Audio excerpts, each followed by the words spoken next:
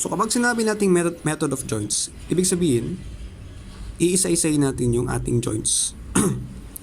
So meron tayong A, B, C, D, and E.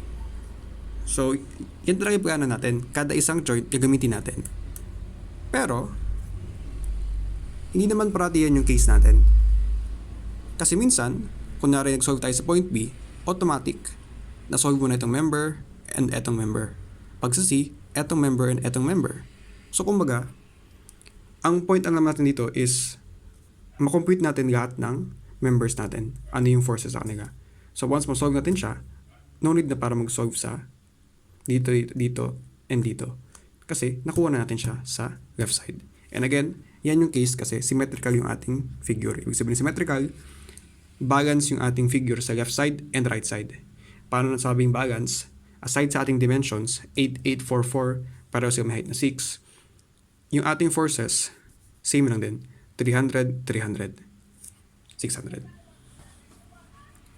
So start tayo sa point B. So again, ang focus lang natin is yung left side para mas madali sa atin. So, at joint B, drawing natin yung joint B. Ay, pero wait, hindi pa pala tayo tapos. Before pala tayo mag-proceed dito, make sure na na-solve natin yung ating supports.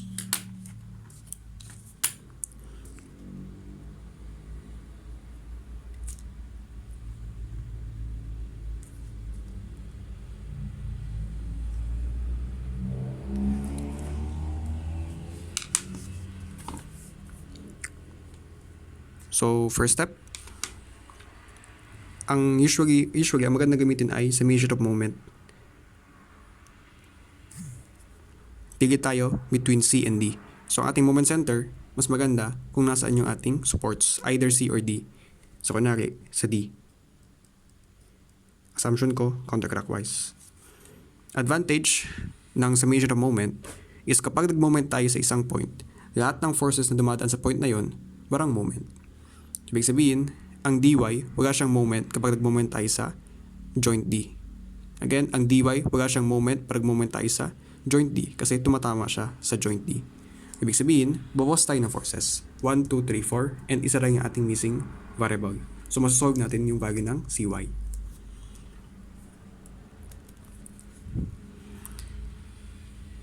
So, cy, if siya ay mag-rotate around D, yan ay clockwise, so negative, kasi assumption natin ay counterclockwise ang positive. Negative cy, ang kanyang distance ay 8 plus 8, 16. Then for 300 pounds, siya ay counterclockwise, so positive 300. Kanyang distance ay 8 plus 8, 16 plus 4, yan ay 20. Then for 600, counterclockwise, positive, distance niya ay 8 feet. Then for 300, siya ay clockwise, so negative. Kanyang distance ay 4 feet. So isolate natin. Cy is equal to 300 times 20 plus 600 times 8 minus 300 times 4. Tapos divide natin both sides by 16. Kasi cy times 16, transpose dyan, divide both sides by 16. Para ma-isolate yung cy. So pause ko lang, solve natin. So ang ating na-solve, cy is 600 pounds. Then, para ma-determine naman natin ang value ng dy, gamit tayo ng second equation, summation of forces acting along the y direction. 300 pounds directed downwards, negative 300. Cy natin upwards plus 600 minus 600 plus dy minus 300. 600, negative 600, cancel. Negative 300 minus 300, negative 600 plus dy, isolate natin, 600 is equal to dy. So, CY and DY, ang kanang value ay pareho, 600. So, tama yung sinabi natin kanina na symmetrical yung ating figure. Kasi kahit sa ating support, siya ay pareho 600. Balance yung ating figure. So, proceed tayo.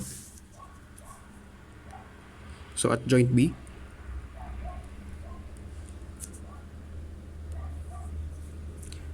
so, meron tayong B to A.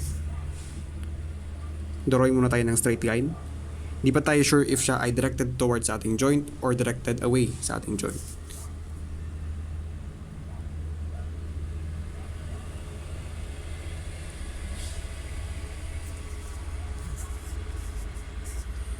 Tapos meron tayong 300 pounds.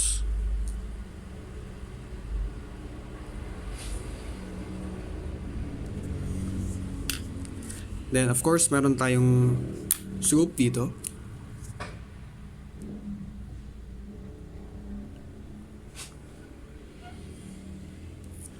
So take note, ito ay BAF, na-solve natin siya kanina. Ang ating slope dito ay ito. 1, 2, square root of 5.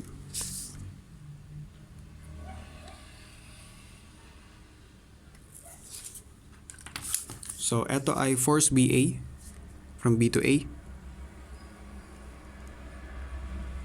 And ito naman ay force BC. So kahit ganito lamang yung ating figure, kaya natin mag-determine ng direksyon ng ating FBA. So take note, FBC is directed sa ating X direction. So ibig sabihin wala siyang Y component kasi X na siya.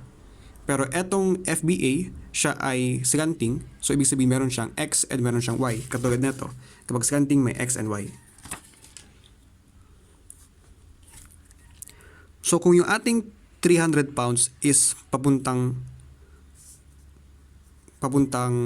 south, ibig sabihin dapat yung Y component nitong FBA is pataas. So ibig sabihin, ang pwedeng assumption natin dito, FBA is directed pag ganito. Kasi kung ating i-observe, kunwari, ito yung 300 pounds. If pag ganito yung ating FBA, ibig sabihin lang nito, yung kanyang Y component is pag ganito. And syempre dapat, balance tayo sa joint na to. Nag-cancel out dapat. If ito ay downwards, dapat upwards din to. So, ibig sabihin, ang kanyang X component is pa-right. So, since pa-right yung ating X component, dapat etong FBC, makontra niya yung movement na ito. So, based dyan, dapat pa-left naman yung FBC. So, again, ito ay assumptions lamang natin. So, kahit di tayo gumamit ng assumption, okay lang naman. Pero, pwedeng mas mapadali yung ating pag-solve if marunong tayo mag-assume ng direction. So first, unahin natin i-solve yung summation of forces acting along the Y direction. So why? Kasi yung ating, kung i-compare natin, summation of forces acting along the X or summation of forces acting along the Y direction. Sige, solve natin pareho. Ano ang forces natin acting along the Y direction? Negative 300. Tapos etong FBA natin is, sabi natin upwards, so positive. Then, sabi natin, para makompute natin yung Y component nito, ito yung formula natin. Copy mo yung mismong force, FBA. Gawa tayo ng fraction na kung saan, using yung ating slope, denominator is yung hypotenuse, and numerator is yung Y component ng ating slope. So, ang ating Y component is 1, and yung ating hypotenuse ay square root of 5. So, meanwhile, dito naman sa summation of forces acting along the X direction, ang ating forces na may X is FBC, directed pa left, so negative siya, negative FBC. And etong FBA, yung kanyang X component, sabi natin, is pa right siya. So, plus, then, ang slope natin dyan, Copy yung mismong force, FBA. Fraction tayo. Denominator is yung ating hypotenuse, square root of 5. And yung ating numerator is yung ating x component ng slope natin, which is 2. So if ating i-compare etong two equations natin, ang ating masasabi dito, mas madali gamitin yung summation of y. Kasi, isa lang yung ating missing variable, FBA. Dito dalawa, FBC and FBA. So dito muna tayo. Isolate 300. Positive 300 is equal to 1 over square root of 5 FBA. Isolate FBA, multiply both sides by square root of 5. 300 times square root of 5 is equal to FBA. And FBA is 300 times square root of 5. Yan ay 670.8 or siguro 671. 671 pounds. Yan ang ating FBA. So since nakuha natin ng FBA, substitute natin siya dito. So isolate FBC. FBC is equal to 2 square root of 5 times FBA, which is 671. Solve natin. 2 over square root of 5 times 671. Yan ay 600. So since ang ating final answer is positive, ibig sabihin nito, tama yung ating assumption. Ito yung kanyang direction. Ngayon, at joint B, FBA is directed away sa ating joint. Siya ay paalis sa ating joint. So since siya ay paalis sa ating joint, siya ay tension. Habang etong FBC, siya ay pointing towards sa ating joint, pinupush natin yung joint, so siya ay compression. So yan ang ating joint B. Then dako naman tayo sa joint C.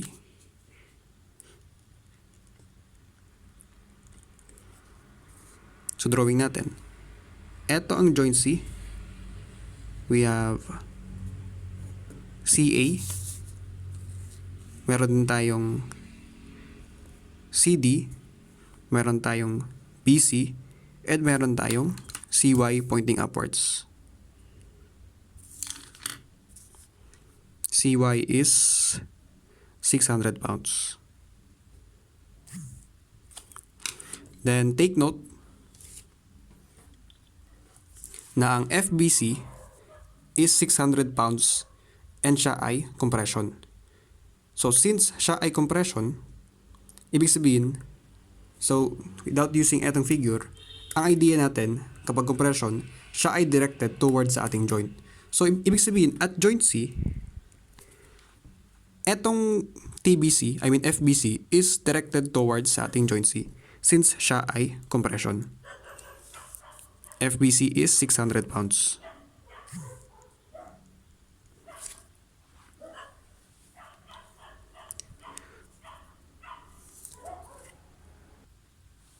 Then siguro, pwede rin tayo gumawa ng assumption dito, since pa-right yung ating 600 pounds, siguro dapat etong FCD is pa-left. So again, okay lang naman kung maging yung ating assumption, kasi later on, match-check naman natin siya. So assumption ko, pa-left yung FBC. I mean FCD. So since ang ating 600 pounds ay pointing upwards, ito dapat na sa taas is pointing downwards.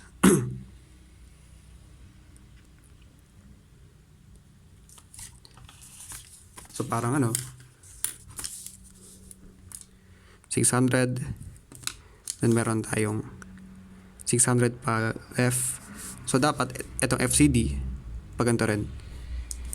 Next naman, if ating redrawing yung FCA, as much as possible, if ito ay downwards, kailangan yung kanyang Y component is also downwards para makontra to. Then, although di naman sinasadya, yung kanyang X component is also pa-left. So dapat, etong dalawa, kapag tig-add natin, is equal siya dito para ma-counteract yung effects nito.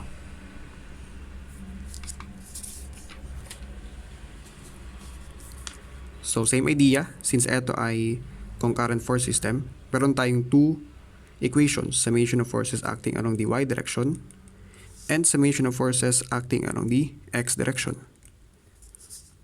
So, sa y, wait lang, ano to? FCA. So, ang slope ng FCA, CAF, yan ay 534.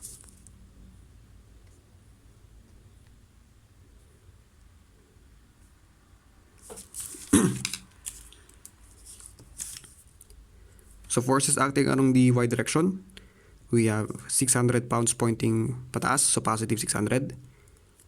And etong FCA is directed pababa. So, expect natin na siya ay negative. So, sabi natin, para makompute natin yung kanyang y component, copy lang natin yung ating mismong force, which is FCA. Then, use natin yung ating slope, na kung saan ang denominator natin is yung ating hypotenuse. And ang ating numerator is yung, if eto ay y component, yung y ng ating slope, which is 3. So, aside dyan, wala naman tayong ibang forces acting along the y direction. So, compute natin.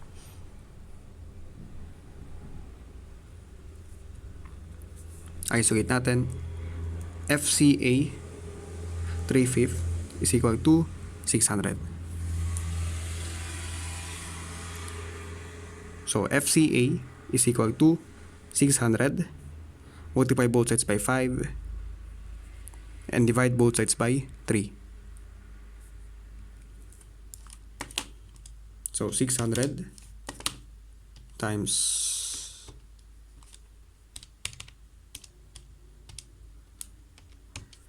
so siya ay 1,000 pounds.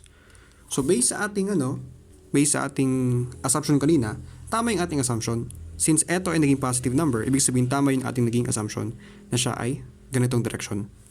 Ngayon, sabi natin, if ang ating force ay directed towards sa ating joint, siya ay compression. So next, proceed tayo sa summation of forces acting along the x direction. So first, meron tayong 600 pounds directed pa right, positive 600. Then we have FCD directed pa left, so negative FCD. At meron tayong FCA, kanyang direction, inclined pa left. So siya ay negative din. So copy natin yung mismong force, lagay tayo ng fraction na kung saan ang ating denominator is yung hypotenuse ng ating slope, which is 5, and ang ating numerator is yung x component natin, which is 4. So isolate yung FCD. FCD is equal to 600 minus 4/5 of, ang FCA natin is 1,000.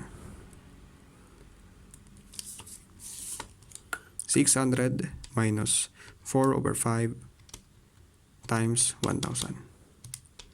So yan ay negative 200.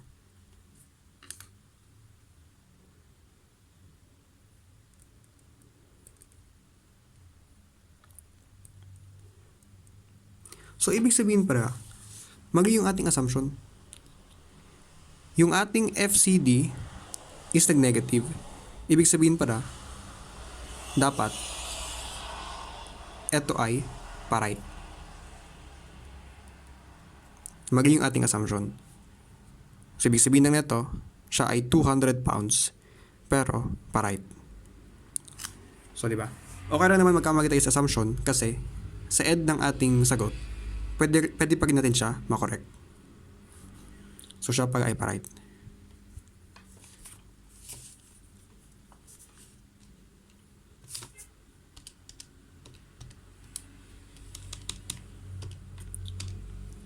So, ang x component ng FCA, which is 4/5 of 1,000, yan ay 800.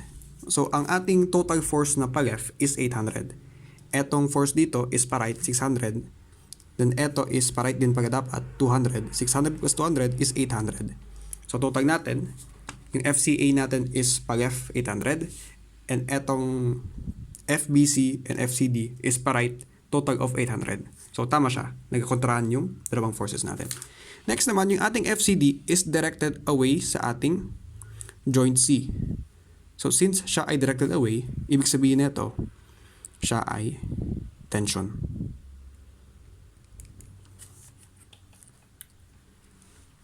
So using etong nakuha natin, pwede rin natin magaman kung ano ang values natin sa right side. So at point E, di ba ang FBA is tension, ibig sabihin paagis siya dito. So at point E, I mean joint E, siya ay also tension, away din dito. So drawing natin.